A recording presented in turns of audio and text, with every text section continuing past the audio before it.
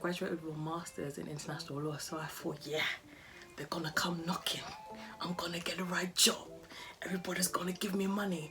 It didn't really work like that. Hey guys, welcome back to my channel, welcome back to Up On It. I am Charlene. So first of all, I want to acknowledge that this looks like I'm wearing a dressing gown. It's actually not. If you could see a full length, I'm wearing, it's like a kimono top. It's like, it's proper clothes. So today's video is all around getting jobs for those of you guys who have graduated or are about to graduate in this absolute madness that is COVID and post-COVID, and I guess a little bit of encouragement, but also talking a little bit about what employers are maybe looking for or what kind of jobs that it might be good to start looking at.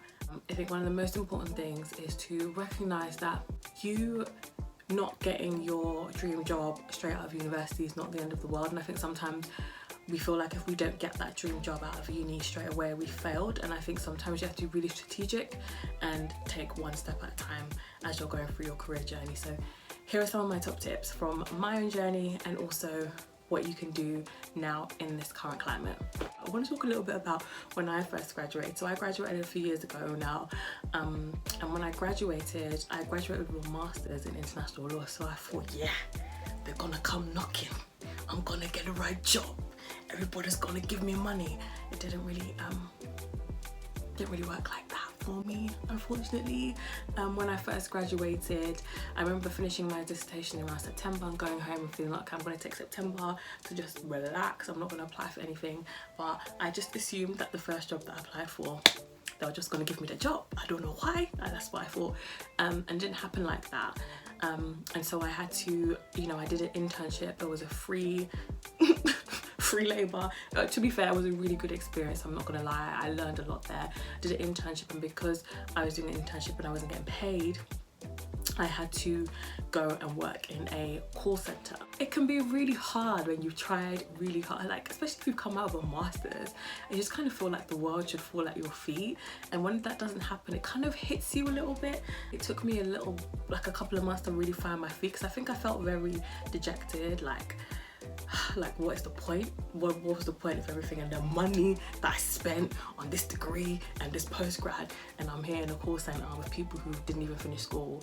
So it humbles you. That's definitely what it does. And I think another thing that really humbled me was if you take out a career development loan, obviously you have to pay it back as soon as you graduate, but because I didn't have a job when I first graduated, they were like, yeah, you need to go on job seekers allowance to make sure that we don't charge you. And I was like, but I don't need to go on job seekers allowance. And they're like, yeah, no, you need to. And I was just remember thinking, the system doesn't make sense. If you are actually applying for jobs and you're in interview process and you're doing it doesn't make sense. I feel like it should go for people who actually need it.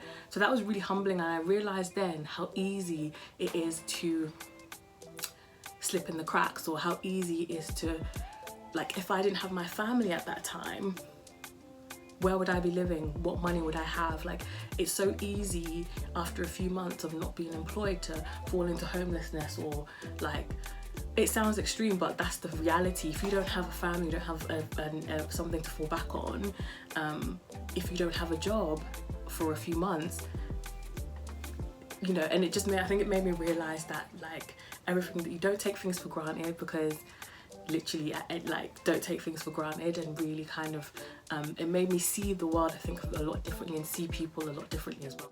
At the time, they weren't positive experiences. I think it again pushed me to be able to be like, nah, like so that's why I got really passionate about access to education and jobs and all that kind of stuff as well. And from there, I was able to get a job where I was like, okay, we are, so yeah, I definitely think all things work. But I think just to encourage you guys, those of you guys who are struggling in this season when it comes to finding a job, I know people who graduated last year and are still looking for jobs, and obviously it hadn't helped with everything that's gone on for the past kind of 6 months, because everybody is not, there's a hiring freeze across loads of different industries for grads, and I think it's been really, really challenging. But I want to encourage you, number one, don't stop applying. So I know that it's really tedious, but don't stop applying. Easy, quick wins are making sure that you have different cover letters for different types of jobs, having your CV ready for different types of jobs, filling out as much information on your LinkedIn as you possibly can so that you can do that easy apply on LinkedIn. Number 2, just think long term. What's your end goal? It's okay if you don't get your dream job straight out of uni. Like, sometimes I think, like I said before, we genuinely think that we failed if we don't get that dream job straight out of university, and that's just not true. Think of it as stepping stones. I know people who won't take a job for less than 40k and they're just straight out of university, and if that's your standard, that's absolutely fine. But it doesn't mean that if you do a job right now for 6 months, it doesn't mean that your next job you can't get 40k. So make sure that you are thinking long term and thinking strategically. It's always better to get a job. So as we're thinking strategically, it's also really important to remember what employers are looking for. So obviously a lot of things digital and virtual. So tech is going to be a big part of how people are employing. So I think once you get it in your head to think strategically, it can help you. I don't think that you should leave your core skills, but I do think that it's important to expand as much as makes sense for you. And I think the most important thing is to obviously not get discouraged as you're thinking strategically. I guess my main message for today is if it doesn't fall into place in the beginning, it doesn't mean that it will never fall into place. And I'm definitely a living witness of that. So don't get discouraged, keep trying, take a break when you need to, keep networking, keep going to insight events virtually, keep applying where it makes sense, broaden what and where you apply to, because eventually you will get to where you need to go to. But absolutely don't give up on what you want just because it hasn't happened just yet. We're in a weird place in the world, and yes, there's a lot going on, so a lot of people are in the same boat. Don't give up, expand your search. If you don't get the highest salary in the beginning, doesn't mean that you won't for the next one. Think about your core skills, but think about how your core skills can fit into the overall thing that employers are looking for in this day and time. If you want any more help or coaching or just hints and tips, feel free to email me, stayinguponit@gmail.com, or follow me at Uponit Careers for all of my social media platforms. But keep going, that's the main thing, keep going. Everything will work out for you guys. See you in the next video.